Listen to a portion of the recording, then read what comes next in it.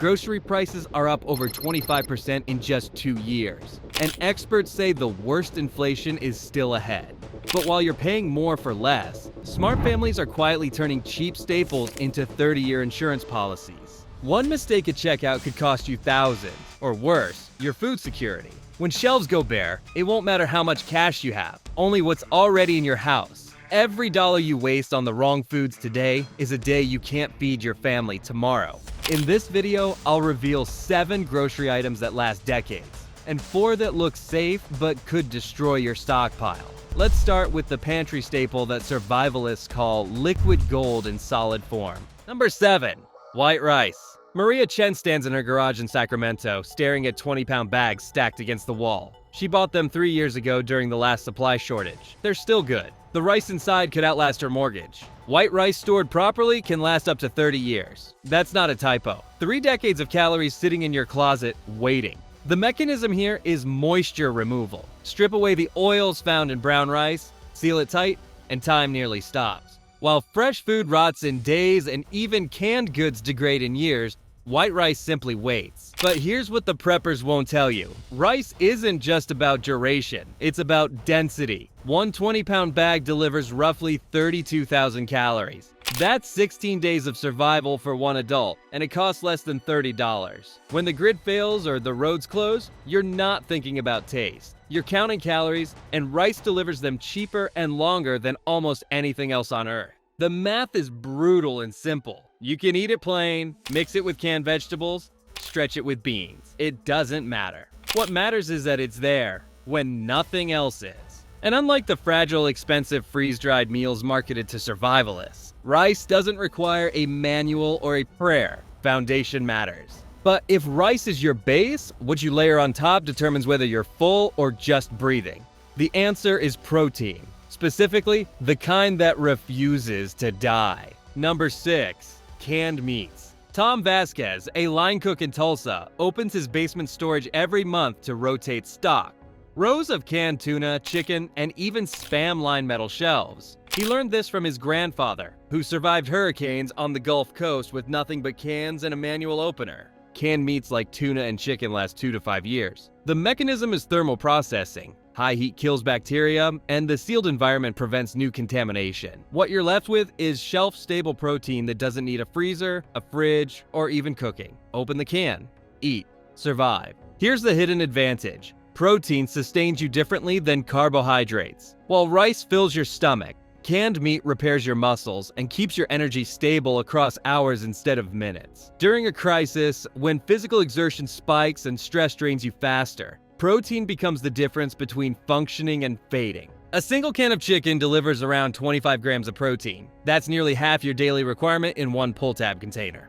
Stack a dozen cans, and you've secured nearly 2 weeks of complete nutrition when combined with rice and vegetables. The price point is equally practical. Tuna runs about $1 per can during sales, chicken slightly more. And unlike fresh meat, which spoils in your fridge within days of a power outage, canned products remain safe as long as they're not bulging, leaking, or badly rusted. The contents might lose some flavor over years, but they won't kill you. They'll keep you alive. But there's one plant-based option that outlasts even canned meat, costs almost nothing, and pairs with everything on your shelf. Number 5. Dried beans. In rural Kentucky, Sarah Mitchell keeps 5-gallon buckets of dried pinto beans in her cellar. Her family has done this for generations. The beans her grandmother stored in the 80s are still edible today. Not ideal, but edible. Dried beans have a shelf life of up to 30 years when stored properly. The mechanism is simple. Remove moisture, seal against air, and beans enter a state of suspended animation. They're not alive, but they're not dead either. They're waiting.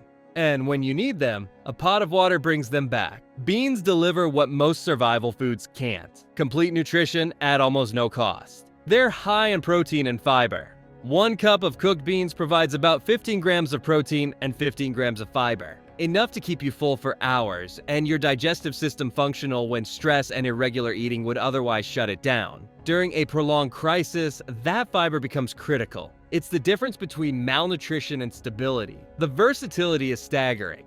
Black beans with rice, pinto beans in soup, white beans mashed with canned tomatoes. every culture on Earth has figured out how to make beans a staple because they work everywhere with everything. But here's the calculation that changes everything. A 20-pound bag of dried beans costs roughly $20 and contains about 10,000 calories. Combine that with rice, and you've built a 2-month food reserve for a family of 4 for under $100. Still, calories and protein only matter if you can swallow them. When fatigue sets in and your appetite vanishes, you need something that makes eating possible. Quick pause.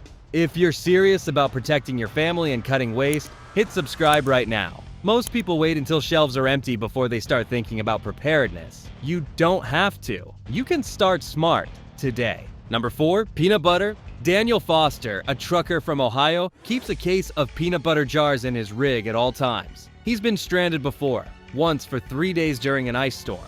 The peanut butter kept him sane when the protein bars ran out and the hunger started whispering. Peanut butter has a shelf life of up to 2 years.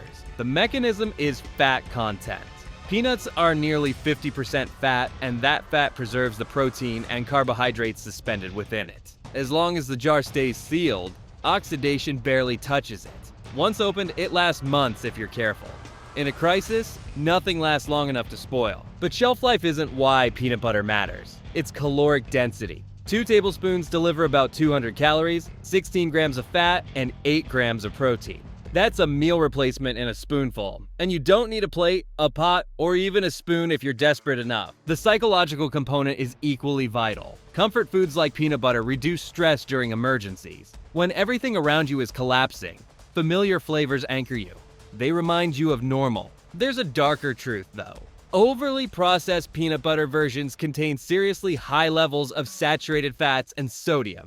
Choose natural versions. Just peanuts and maybe a bit of salt. The oils separate and need stirring, but your body will thank you when you're living on it for weeks. Peanut butter doesn't stand alone. It needs variety to prevent malnutrition. Your body can't run on fats and proteins forever. It needs micronutrients that only one category provides. Number 3, canned vegetables.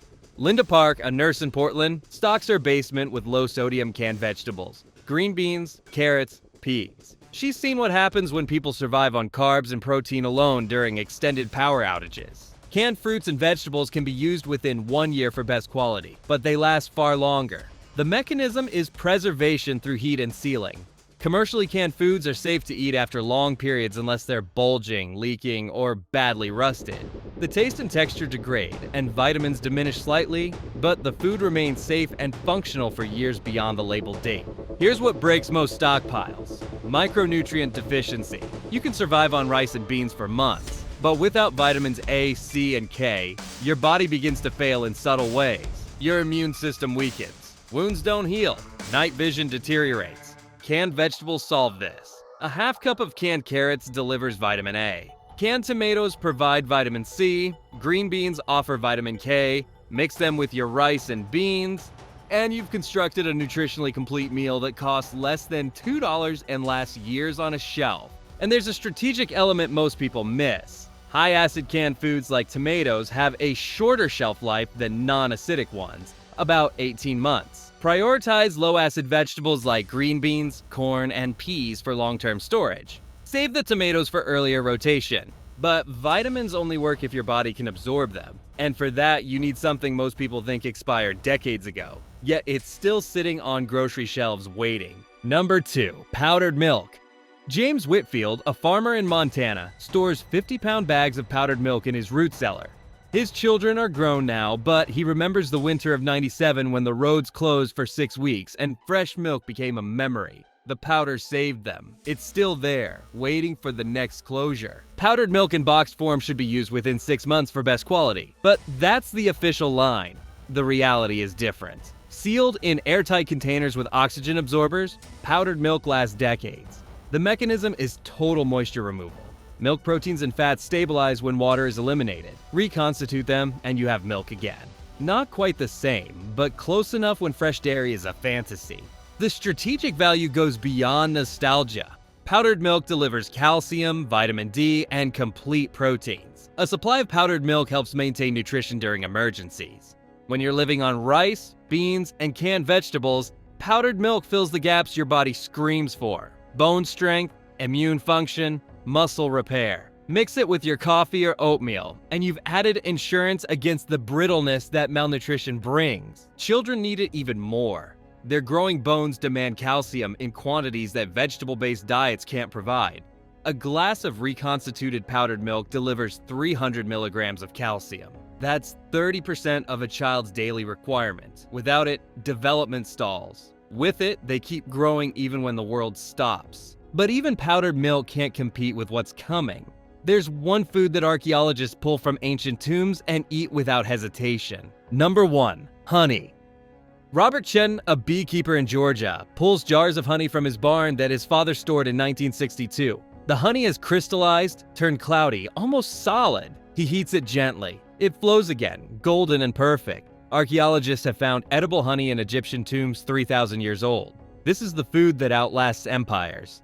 Honey is the only food that never spoils, ever. The mechanism is a perfect storm of preservation, low moisture content, high acidity, and natural hydrogen peroxide created by bee enzymes. Honey has an indefinite shelf life when stored properly. Bacteria can't survive in it. Time can't touch it. It simply waits, ready. But honey isn't just about immortality. It's about energy when you need it most. 1 tablespoon contains 64 calories of pure carbohydrates, instant fuel that hits your bloodstream in minutes. During a crisis, when physical demands spike and food becomes irregular, honey keeps you moving when everything else runs out.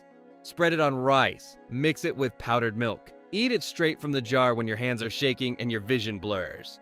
The medical applications run deeper. Honey is antibacterial and anti-inflammatory. It has medicinal properties, applied to minor wounds, and it prevents infection while promoting healing. In a collapsed scenario where pharmacies are stripped and hospitals overwhelmed, a jar of honey becomes a field hospital in your hand. It treats burns, soothes coughs, and delivers calories to those too weak to chew. But stockpiling the right foods means nothing if you fill the gaps with the wrong ones. What comes next destroys more families than any shortage ever could. Number 4 to avoid: fresh produce. Elena Rodriguez stands in her kitchen in Phoenix, staring at a week's worth of fresh vegetables she bought yesterday. Tomatoes, lettuce, peppers, the makings of healthy living. Tomorrow morning, the power company announces rolling blackouts for the next 2 weeks due to grid failures. By day 3, everything in her crisper is rotting. The smell is unbearable. Her family is hungry. Fresh produce is perishable by design. Fresh meats and poultry last only 1 to 2 days after the sell-by date if kept properly refrigerated, and produce follows similar patterns. The mechanism is cellular breakdown. The moment you harvest a vegetable, enzymatic processes begin converting sugars, breaking down cell walls, and inviting bacterial growth. Refrigeration slows this. It doesn't stop it. And when the power fails, the clock accelerates. Without electricity or a cold source, food stored in refrigerators becomes unsafe as bacteria grow rapidly at temperatures between 40 and 140 degrees Fahrenheit. Your fresh vegetables don't just wilt. They become vectors for foodborne illness. Eating them can make you sicker than not eating at all. The crisis compounds. This isn't about eliminating fresh food from daily life. It's about recognizing that emergency stockpiles and fresh produce are incompatible. Planning should be based on foods that do not require power for refrigeration or freezing. When the trucks stop, when the power grid collapses, your beautiful organic vegetables become expensive compost. But at least vegetables try to offer nutrition. What's worse is when your so-called emergency food actively works against your survival by weaponizing your own thirst. Number 3. To avoid high-sodium processed foods. Marcus Thompson, a factory supervisor in Detroit, stockpiled instant ramen, canned soups, and bags of chips during the last supply scare.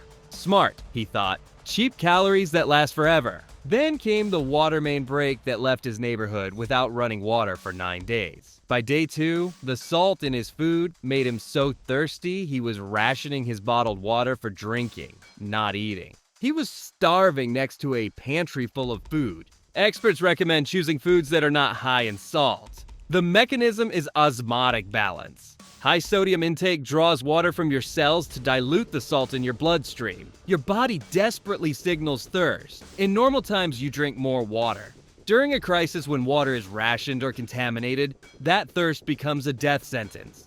The math is vicious. Americans consume more than 3,300 milligrams of sodium per day on average, while the recommended limit is less than 2,300 milligrams. A single package of instant ramen contains about 1,800 milligrams. One can of commercial soup pushes 700. A 3-ounce serving of ham averages 1,117 milligrams of sodium. Eat these during a crisis, and your limited water supply vanishes into managing the salt, not sustaining life. And here's the trap within the trap. Eating salt doesn't directly dehydrate you under normal conditions. Your body balances it.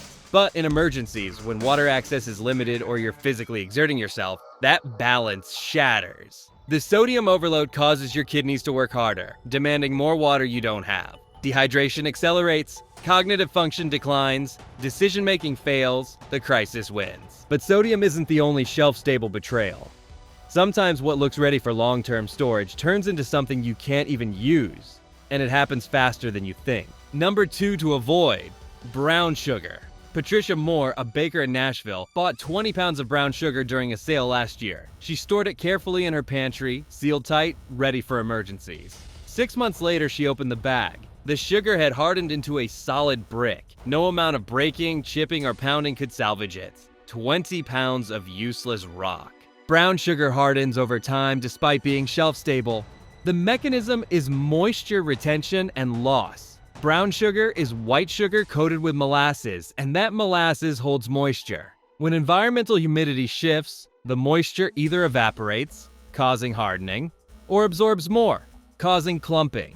Either way, the product becomes unusable without significant effort. Some authorities caution against storing brown sugar for long-term preparedness. The problem isn't food safety. Brown sugar won't poison you. The problem is functionality. In an emergency, you need food you can access immediately. Breaking apart hardened brown sugar with a hammer while your family is hungry isn't survival, it's punishment. The opportunity cost is stark. Brown sugar offers no nutritional advantage over white sugar. Both deliver empty calories. Both lack vitamins or minerals. But white sugar stays granular and usable for decades when stored in airtight containers. Brown sugar fails within months. You're gambling shelf space on a product designed to fail when you need it most. If you need sweetness, store white sugar or honey. Both are stable, functional, and trustworthy. Brown sugar is a luxury for peaceful times, not a tool for survival. But even brown sugar's failure pales compared to what sits at the top of this list. The drink people assume will keep them energized and hydrated when it does the exact opposite. Number 1 to avoid: energy drinks and sugary sodas. David Park, an EMT in Seattle, watched it happen during the week-long power outage last winter. Families who stockpiled energy drinks and soda thought they'd secured hydration and energy. Instead, he treated them for severe dehydration and metabolic crashes. The drinks they trusted became the thing that broke them. Energy drinks have very little nutritional value and might keep you awake, but that's about it. The mechanism is a toxic cocktail of caffeine and sugar delivering a temporary spike, followed by a devastating crash. Your blood sugar soars, insulin floods your system, and 30 minutes later you're weaker and hungrier than before you drank. In a crisis demanding sustained energy, this roller coaster destroys you. The hydration deception runs deeper. Soda and energy drinks aren't hydrating. They're actively dehydrating. Some sports drinks are high in sugar, which can actually worsen dehydration and exacerbate gastrointestinal symptoms while limiting the body's ability to absorb fluids. The sugar pulls water into your digestive tract, causing diarrhea and fluid loss. The caffeine acts as a mild diuretic, increasing urination. You're drinking liquid and losing more water than you gain. The math is upside down. And storage is a nightmare. Carbonated drinks lose pressure over time. Cans corrode. Plastic bottles degrade and leach chemicals. Bottled water can go bad eventually, and experts recommend rotating your supply. Soda degrades even faster. If you want shelf-stable drinks, store water, powdered milk, and perhaps instant coffee. These offer hydration, nutrition, and controlled caffeine without the sugar crash or storage degradation. When the next shortage hits, it'll be too late to wish you started sooner. Hit subscribe now and learn how to protect your pantry before everyone else wakes up. We're just getting started, and the next video might be the most important one yet.